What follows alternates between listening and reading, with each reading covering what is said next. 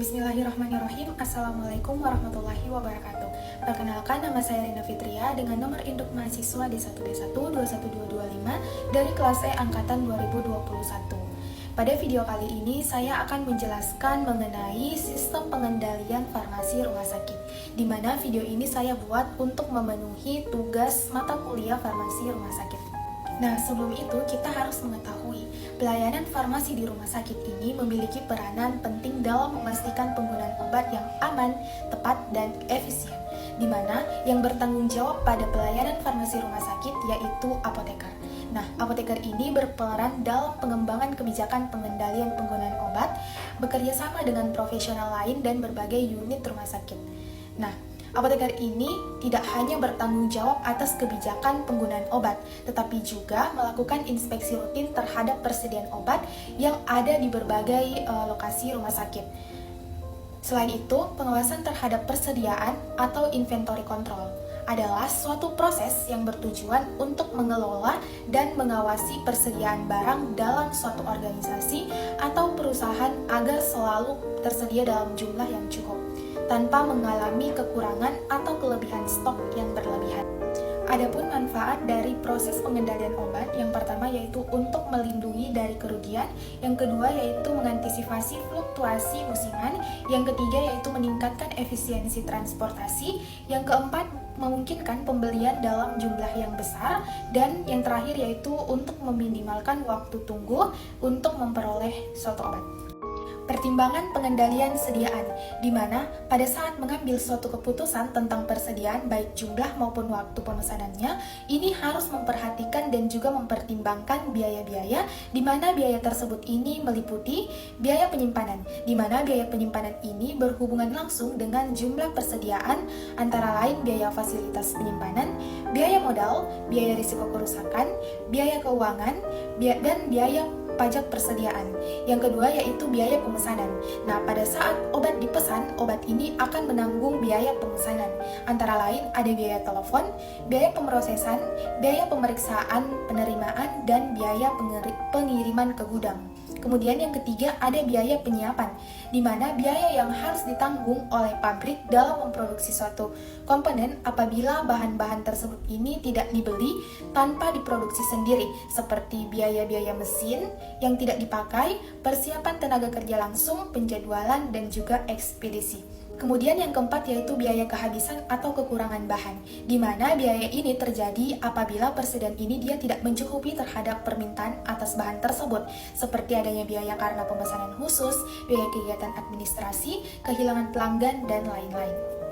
Terdapat beberapa metode sistem pengendalian persediaan. Yang pertama yaitu metode ABC atau Always Better Control, di mana analisis ABC ini dirancang untuk mengelola persediaan dengan lebih efisien, terutama dalam konteks barang atau obat yang memiliki nilai penggunaan tinggi maupun mahal. Pendekatan ini membantu dalam mengoptimalkan pengelolaan persediaan dengan cara mengelompokkan barang berdasarkan kriteria tertentu, seperti nilai dan frekuensi penggunaan. Nah, analisis ini berguna pada setiap sistem supply untuk menganalisis pola penggunaan dan nilai penggunaan total semua item. Adapun langkah-langkah untuk menentukan kelompok ABC berdasarkan dana yang dibutuhkan. Yang pertama yaitu hitung jumlah dana yang dibutuhkan untuk masing-masing obat, di mana caranya ini dengan mengalihkan kuantitas atau jumlah obat dengan harga per unit obat. Kemudian langkah kedua yaitu tentukan ranking obat, di mana harus diurutkan obat-obat berdasarkan dana yang dibutuhkan dari yang terbesar hingga terkecil. Kemudian yang ketiga yaitu hitung presentasi dana untuk masing-masing obat. Nah, hitung persentase dana kontribusi masing-masing obat ini terhadap total dana yang dibutuhkan. Kemudian langkah keempat yaitu hitung kumulasi presentase. Lakukan penjumlahan presentase dana obat secara berurutan, mulai dari obat dengan dana terbesar hingga dana terkecil untuk mendapatkan kumulasi presentase. Untuk yang langkah terakhir yaitu kelompokkan obat menjadi A, B, dan C, di mana untuk kelompok A ini merupakan obat yang termasuk dalam kumulasi 75% pertama, di mana biasanya obat dengan kontribusi dana terbesar. Kemudian untuk kelompok B ini merupakan obat yang termasuk dalam kumulasi lebih dari 75% hingga 95%. Dan yang terakhir yaitu kelompok C merupakan obat yang termasuk dalam kumulasi rendah 95% hingga 100%. Yang kedua yaitu metode Venn, di mana pengendalian persediaan obat di rumah sakit ini sangat penting untuk memastikan ketersediaan obat yang tepat pada waktu yang tepat, serta pengelolaan anggaran yang efisien. Nah, terdapat 3 klasifikasi Venn. Yang pertama ada V atau vital, di mana obat ini sangat penting dan tidak dapat digantikan dengan obat lain. Contohnya seperti insulin, morfin, dopamin, dan meropenem. Kemudian E yaitu esensial, merupakan obat yang penting untuk menangani kondisi medis yang sering terjadi dan harus selalu tersedia meskipun tidak langsung mengancam nyawa. Contohnya seperti amlodipin, metformin, dan omeprazol. Kemudian N yaitu non esensial, merupakan obat yang tidak memiliki dampak langsung terhadap kelangsungan hidup atau kualitas hidup pasien dalam situasi darurat. Contohnya itu seperti multivitamin, loratidin, dan dextrometorphan. Analisis kombinasi ABC dan Venn, di mana obat yang termasuk dalam kategori A dari analisis ABC dan V atau E dalam analisis Venn ini harus menjadi prioritas utama. Dengan menilai obat dalam kategori A dengan status V atau E dapat memastikan obat-obat ini memiliki prioritas yang tinggi dalam hal pengadaan dan alokasi dana.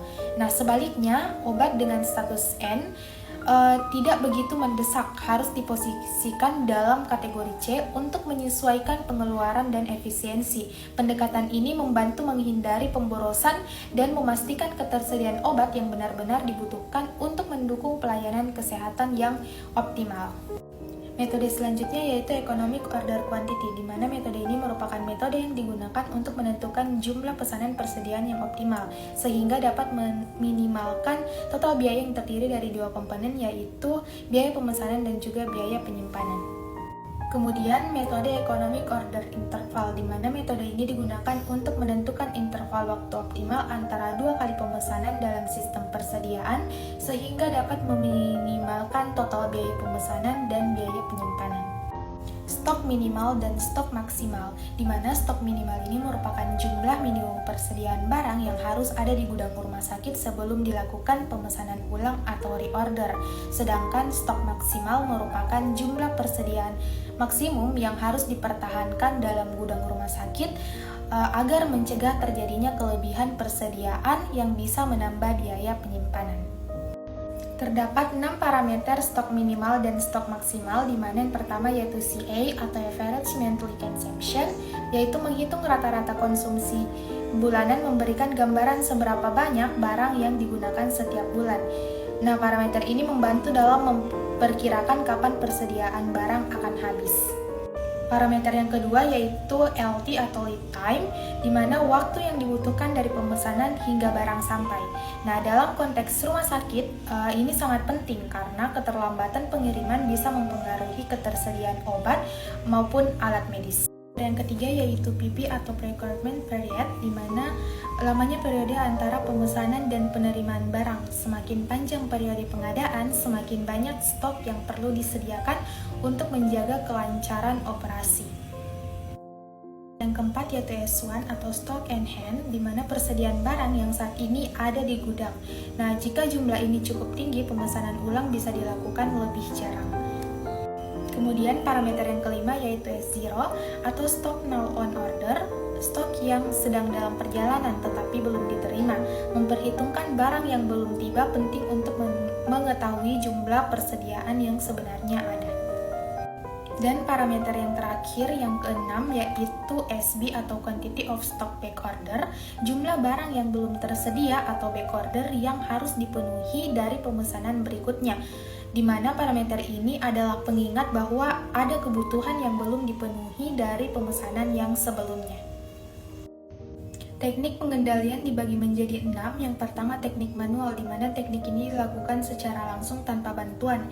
Yang kedua yaitu buku kebutuhan, yaitu membantu dalam merencanakan dan mengendalikan persediaan agar tidak kekurangan maupun kelebihan. Yang ketiga yaitu stiker harga. Yang keempat tingkat maksimal dan minimal. Yang kelima kartu stok, di mana kartu ini digunakan untuk mencatat setiap pergerakan barang dalam gudang atau toko, baik penerimaan maupun pengeluaran. Dan yang terakhir yaitu komputerisasi, yaitu pengendalian dengan menggunakan sistem berbasis komputer. Terdapat indikator efisiensi pengendalian, antara lain 1. Ketepatan perencanaan, di mana ini mengukur sejauh mana rencana persediaan obat sesuai dengan kebutuhan yang sebenarnya. Yang kedua, kecukupan obat, yang menunjukkan kemampuan persediaan untuk memenuhi kebutuhan selama periode tertentu, biasanya dalam satuan bulan. Yang ketiga, stok berlebihan. Yang keempat, stok kosong. Yang kelima, stok mati, di mana obat yang tidak terpakai selama lebih dari 3 bulan dianggap sebagai stok mati, di mana ini bisa disebabkan oleh obat yang tidak lagi diperlukan, perubahan kebijakan pengobatan, atau kadaluarsa yang mengarah pada pemborosan. Yang terakhir yaitu turnover ratio, di mana rasio perputaran modal yang menunjukkan seberapa cepat persediaan bergerak dan digantikan selama 1 tahun.